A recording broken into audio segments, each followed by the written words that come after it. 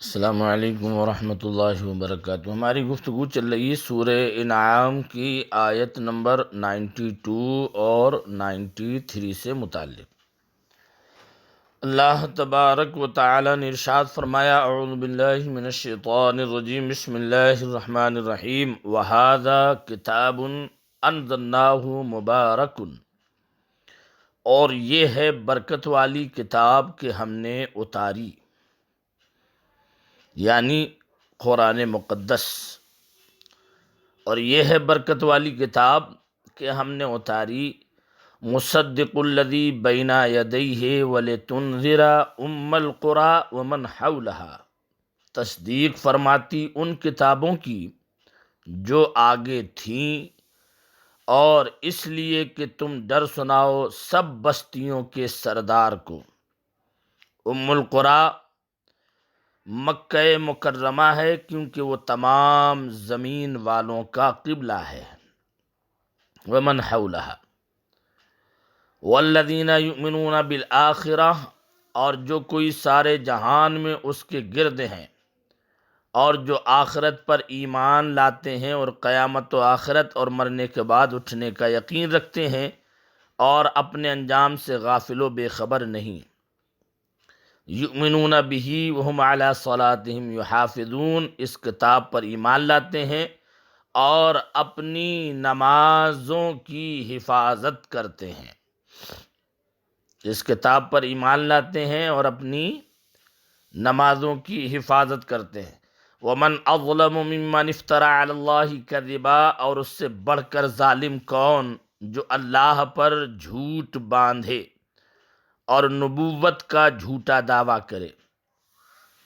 او قال اوحی الی ولم یوحى الیہ شیء، یا کہے مجھے وحی ہوئی اور اسے کچھ وحی نہ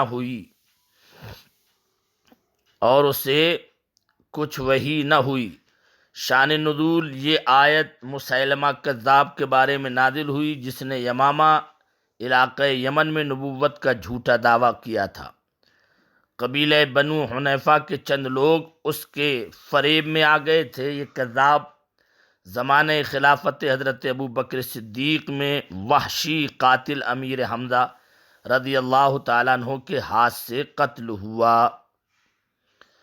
ومن قال سأنزل مثل ما انزل اللہ، اور جو کہے ابھی میں اتارتا ہوں ایسا جیسا اللہ نے اتارا۔ اس کا شان نزول بیان کرتے ہوئے فرماتے ہیں، یہ عبداللہ بن ابی سرح کاتب وحی کے حق میں نازل ہوئی۔ جب آیت وَلَقَدْ خَلَقْنَا الْإِنسَانَ نازل ہوئی، اس نے اس کو لکھا اور آخر تک پہنچتے پہنچتے پیدائش انسان کی تفصیل پر مطلع ہو کر متعجب ہوا، اور اس حالت میں آیت کا آخر تبارک اللہ احسن الخالقین بے اختیار اس کی زبان پر جاری ہو گیا۔ اس پر اس کو یہ گھمنڈ ہوا کہ مجھ پر وحی آنے لگی، اور مرتد ہو گیا۔ یہ نہ سمجھا کہ نور وحی اور قوت اور حسن کلام سے آیت کا آخر کلمہ زبان پر آ گیا، اس میں اس کی قابلیت کا کوئی دخل نہ تھا۔ زور کلام خود اپنے آخر کو بتا دیا کرتا ہے، جیسے کبھی کوئی شاعر نفیس مضمون پڑھے، وہ مضمون خود قافیہ بتا دیتا ہے، اور سننے والے شاعر سے پہلے قافیہ پڑھ دیتے ہیں۔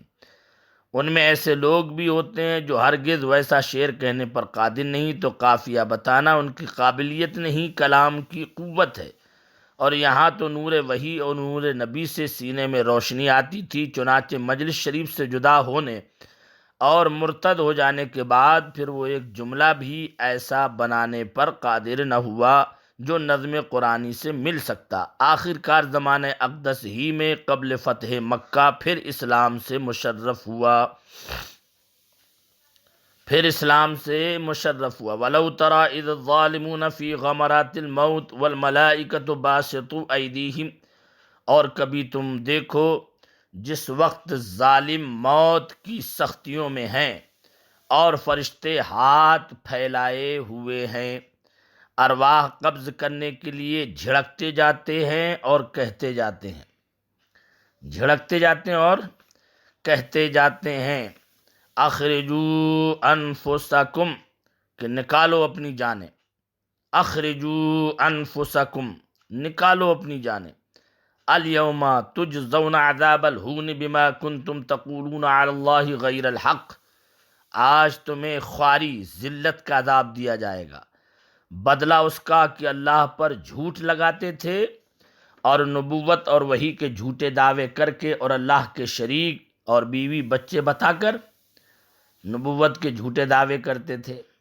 وَكُنْتُمْ عَنْ آيَاتِهِ تَسْتَكْبِرُونَ، اور اس کی آیتوں سے تکبر کرتے تھے، ان کی آیتوں کو ٹھکراتے تھے، ان کی آیتوں کو نہیں مانتے تھے، ان کی آیتوں کے ساتھ مذاق کرتے تھے۔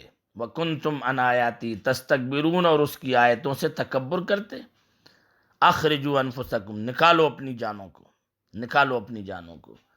اللہ تبارک و تعالی ہمیں اور آپ کو ان آیات کریمہ کو سمجھنے کی توفیق عطا فرمائے۔ السلام علیکم ورحمۃ اللہ وبرکاتہ۔